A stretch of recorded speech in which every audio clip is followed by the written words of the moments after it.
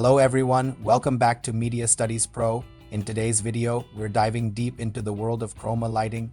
We'll explore how to light a green screen, which lights to use, why it's so important, and the common mistakes filmmakers make along the way. So what exactly is chroma lighting?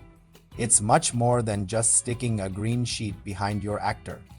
It's a precise technical process that ensures you can cleanly remove the background in post-production.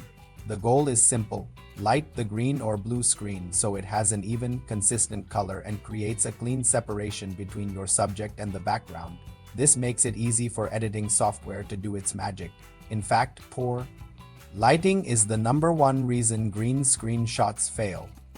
The first and most important rule of chroma lighting is separation. You absolutely must light your subject and your green screen separately.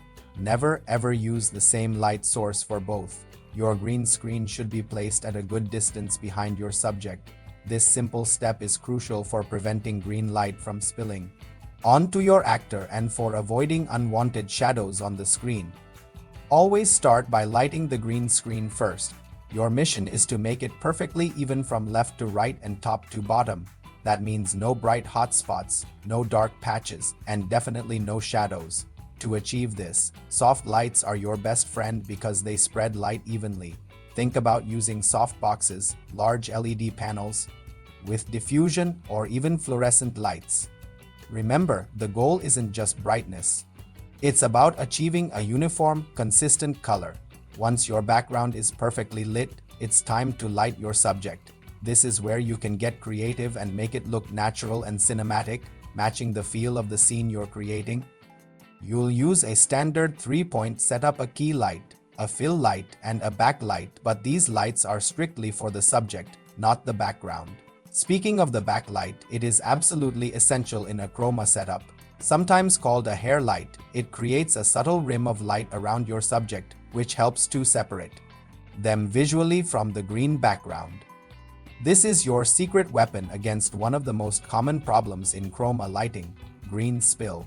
Green spill is what happens when the bright green light from the screen reflects onto your subject, creating a green halo, especially around their hair, shoulders, and the edges of their clothing. To control it, first, increase the distance between your subject and the screen. Second, always use a strong backlight. And third, avoid making your green screen overly bright. Balanced lighting is key and will save you hours of tedious work in post-production. Exposure is another critical element. Your green screen should never be overexposed or underexposed. If it's too bright, you'll lose color information and create harsh spill. If it's too dark, the software will struggle to key it out cleanly. You want the exposure to be consistent across the entire screen. And while we're on the topic of the screen itself, make sure it's smooth and free of wrinkles. Creases create shadows and uneven tones that are a nightmare to fix later. Good lighting can't fix a poorly prepped screen. Let's quickly recap the most common mistakes to avoid. First, lighting the subject and background together. Second, creating shadows on the green screen. Third, overexposing the green color. Fourth, placing your subject too close to the screen.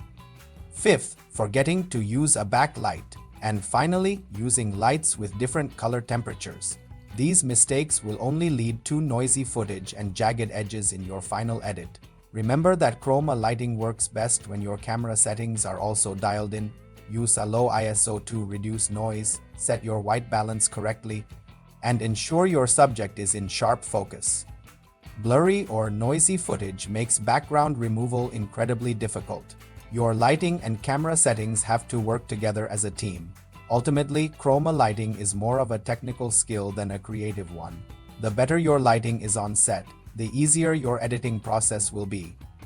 Good chroma lighting saves time, dramatically improves the quality of your final video, and gives you that professional look. If you found this video helpful, please give it a like, share it with a friend, and subscribe to Media Studies Pro for more tutorials on filmmaking and camera techniques. Thank you for watching, and I'll see you in the next one.